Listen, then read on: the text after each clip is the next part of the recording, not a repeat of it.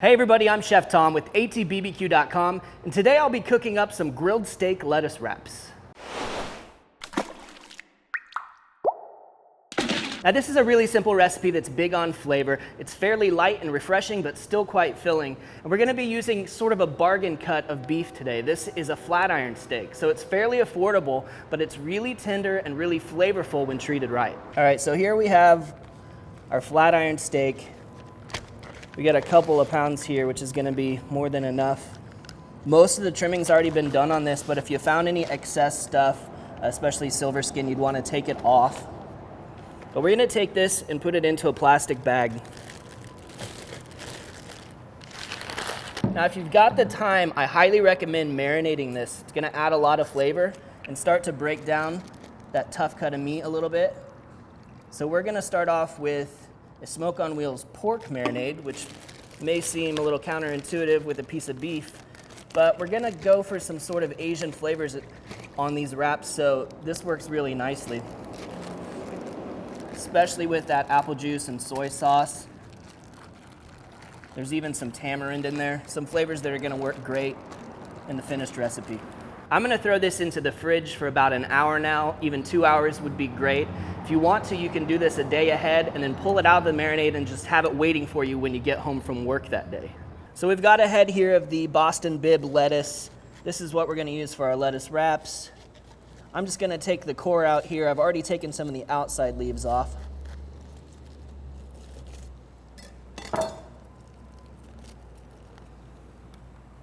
And then we can just start to peel away the layers here. And these are gonna need to be rinsed under some cool water. But the Boston lettuce is great for steak wraps. It's got a combination of both really soft bits and really crunchy bits for a nice variation in texture, and it holds its fillings pretty well. Now we're gonna get into some of the other toppings, including some shredded carrot.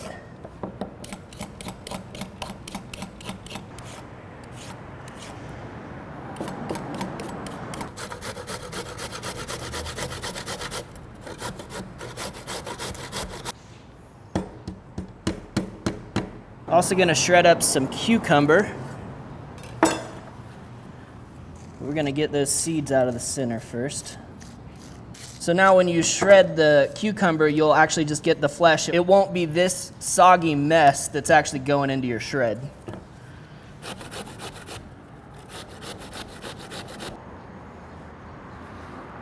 And one more thing here, we've got some dry roasted peanuts. I'm gonna crush these up a little bit.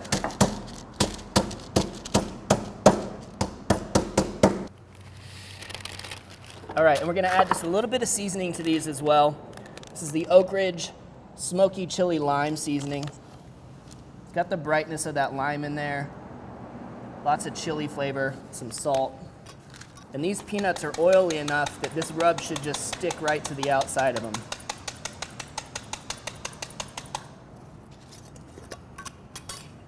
Perfect. Now we've got seasoning and we've got texture to finish off the wraps. All right, our steak's been in the marinade for about an hour and a half now. You can actually see on the surface how it's just started to break things down. It's even changing the color just a little bit. So I think that was a really good timeline. We're gonna get some of this excess liquid off the outside, but we do want some of that on there to help the rub stick to it. And we will be using that same rub that we put on the peanuts today, the smoky chili lime.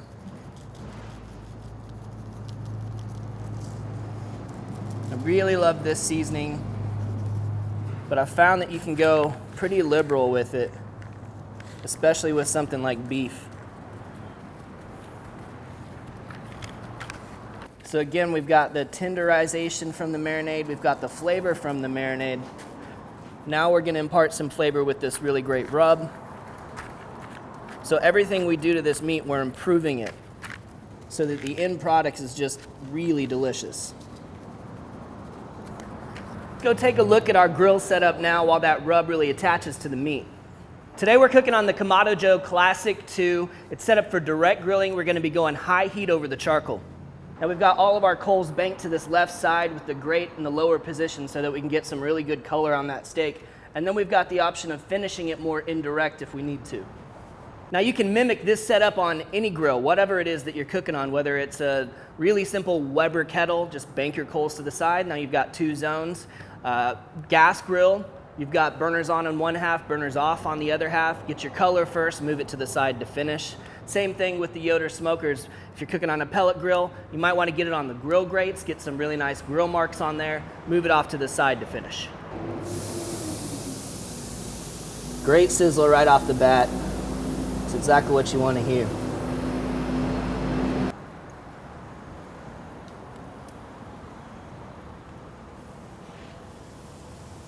So we're starting to get some nice char on that flat iron.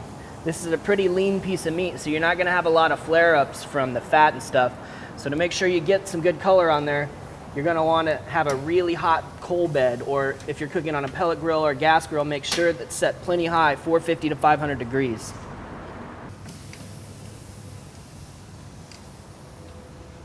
So I'm looking for an internal temperature of about 125 to 130 on this guy.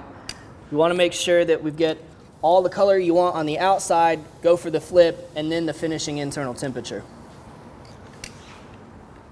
Now here on the Kamado style cooker, I'll do a combination of cooking with the lid open and closed. See, I want the airflow to move through the cooker to keep the coals nice and hot, but you also don't want to get that internal temperature too high before the outside gets some char on it.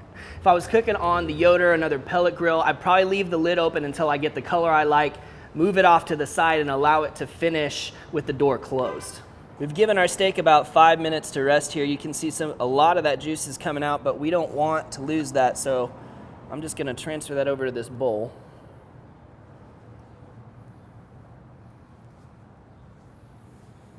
Now as we chop up our steak, which is the final step in getting a really tender piece of meat, we're going to toss it through these juices and add a little sauce. So I'm going to work on this guy, taking nice thin strips.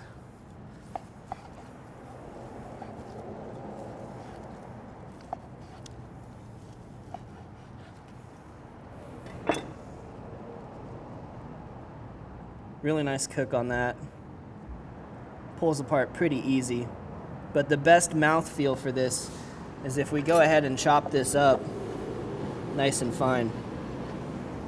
Now we've got super small fibers, which gives you that illusion of really tender meat.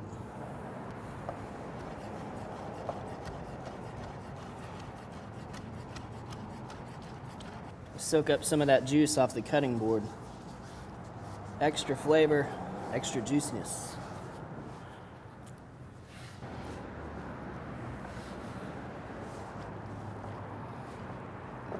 So check that out. All that juice that was in the bottom of the bowl, we soaked that up with all the meat so we get all that extra flavor in there. I'm just gonna get a taste on this.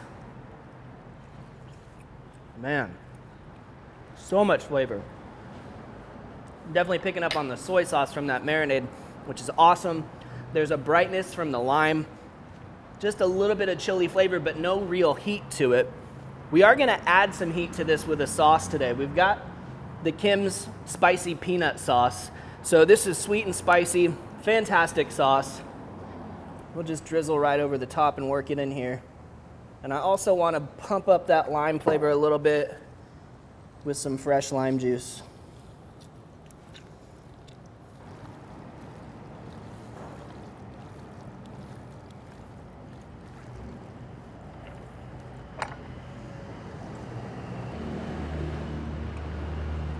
That sauce is amazing. All right, let's build these wraps. So we'll start by loading it up with our steak.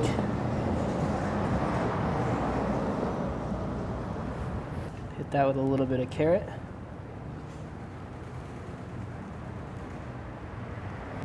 Get the freshness of the cucumber on there.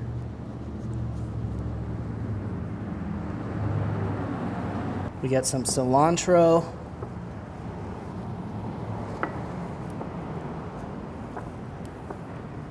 Beautiful.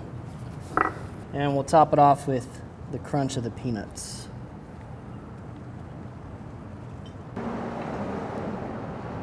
There we go.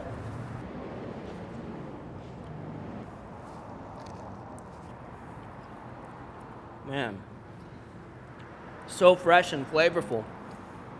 Really intense, but it's nice. It's not heavy. I love it. The crunch of the peanuts is fantastic. Ooh, the heat builds a little bit on the back end with that spicy peanut sauce. I mean, this is summertime grilling done right. Thanks so much for watching. Be sure to check out atbbq.com for all of the products featured in today's video. If you enjoyed the recipe, please hit that subscribe button. And if you have any questions or comments, or there's anything you'd like to see me cook, let me know in the comment section down below, and let's be good to one another. For more recipes, tips, and techniques, head over to thesauce.atbbq.com. All things barbecue, where barbecue legends are made.